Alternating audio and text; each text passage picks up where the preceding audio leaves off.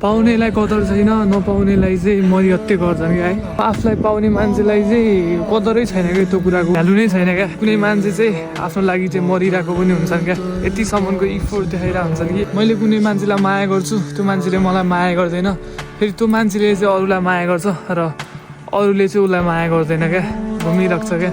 एकले अर्काले अर्कालाई नै माया गरेर हुन्छ क्या। त्यो मायाको कुरा चाहिँ बुझ्न एकदमै गाह्रो छ जस्तो लाग्छ। अनि जो यो मायाको चक्करमा पर्छ त्यसको जिन्दगी चाहिँ नर्कै हुन्छ जस्तो लाग्छ। त्यो एउटा फिलिङ्सले चाहिँ मान्छेलाई मारिदिन्छ क्या, कसम मारिदिन्छ।